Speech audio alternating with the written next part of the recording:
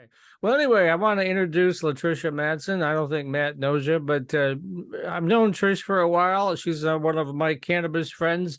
As I think I'm pretty well connected, but compared to her, probably not. She's really well connected, and she's joined Dan Keelan and I on a project that we're developing about cannabis tourism called Sparx and Recreation.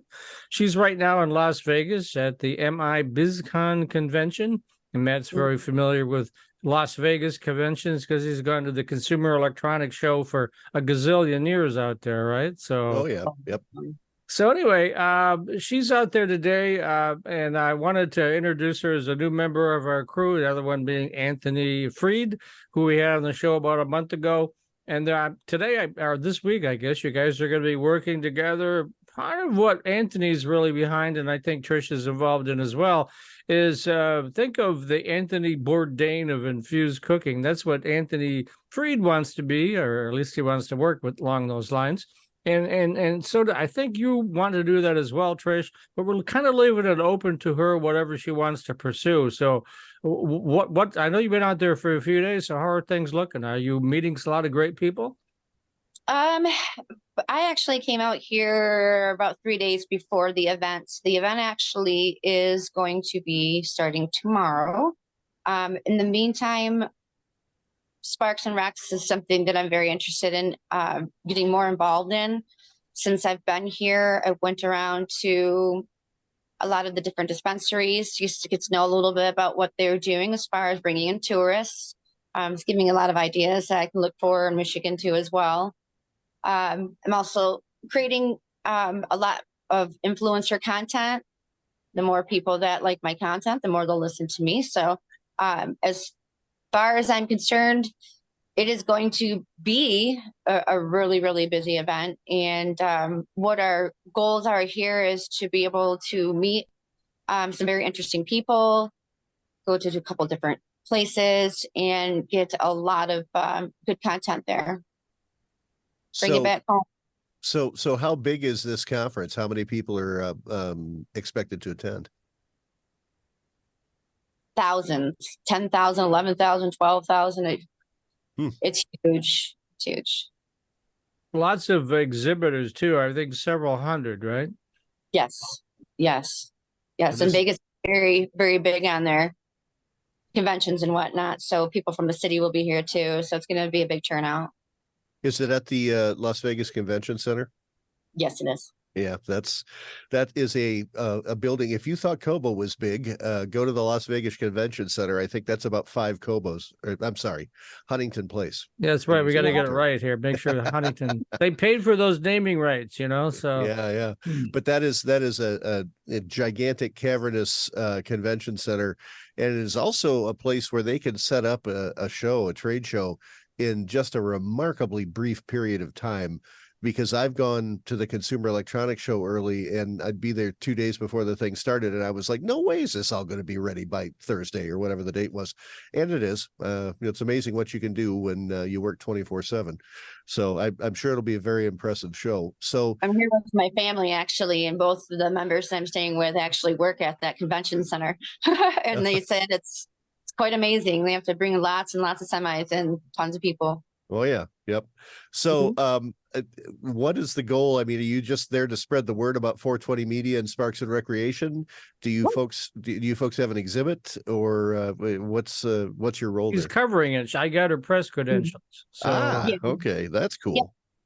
Yeah.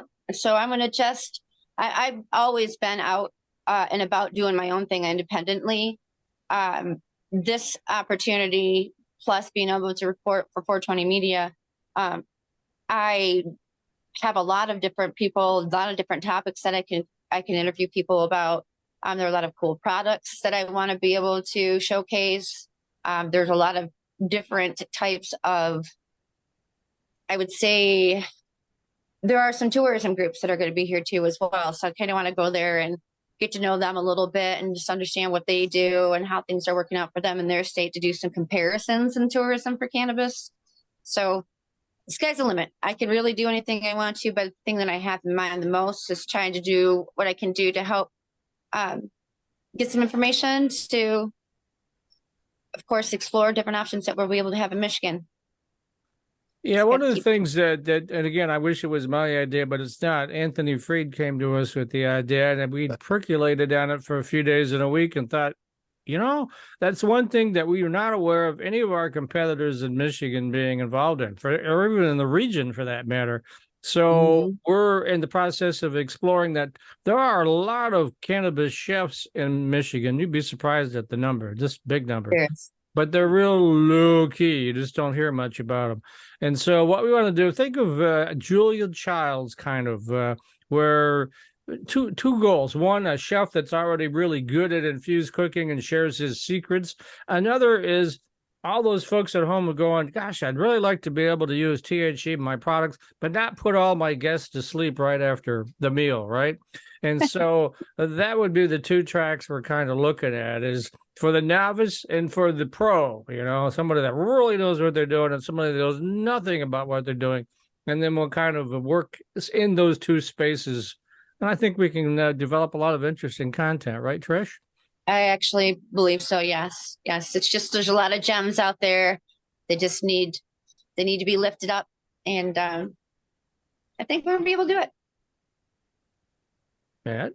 Yeah, way back in high school, I had some friends who went to Western Michigan University, and we had a Friendsgiving dinner at Thanksgiving before the term Friendsgiving had been coined. And somebody made some stuffing for turkey, some dressing for turkey that had a little bit of green stuff sprinkled into it, and it gave it a really interesting flavor. And it wasn't so much that it put us to sleep, it was just very pleasant. And that's the kind of thing that I think it would be interesting to explore now that it's legal. And I mean, it does have a flavor to it. It could become another condiment. It could be the next cumin or something like that, I suppose. Yeah, and for those that don't want to go the THC route, there's also CBD, which is very good for you. I take a CBD gummy quite often to help me sleep at night because it just relaxes me. And for those who don't know, there's no very small amount of THC in CBD, so it isn't going to get you high or anything, but it works with your endocannabinoid system in your body, and in many cases relaxes you, or we can't talk about medical things because the FCA wouldn't let us do that, or FDA, excuse me. And but there are a lot of medical uses for it as well. But those are things we can explore moving forward. This is brand new. We haven't officially launched right now. We're in the gathering and promotion stage, so we're really looking at a first quarter launch to get this thing off the ground. Well, and I just wanted to tell you both that I think the title of the thing, Sparx and Recreation, is absolutely brilliant. Whose idea was that? It was originally Charlie Strackbine who was working with us from the Monroe Street Fair.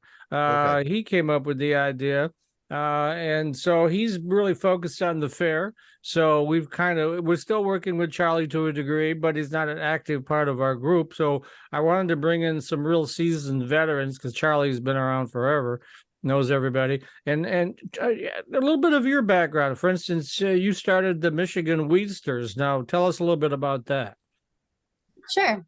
The Michigan Weedsters is a advocacy group or advocate group that lobbies and participates and try to help patients and caregivers protect their rights for, of course, the Medical Marijuana Act. And what we do is we report news and we interview and we show up to different events when we're needed. And there's a big group of us now, which is kind of nice because it was a lot of work, a lot of research to be able to make sure when we are producing our content that we're doing it truthfully and as far as we can do factually. This group is actually going to be here in Las Vegas. Coincidentally, all the Michigan Weedsters are here. So they did actually set us up for a panel. So now we have a speaking panel here because the Weedsters have been so successful, even at a grassroots level, that we are now receiving messages from other groups in other states that want to know about our model and how we achieved what we have.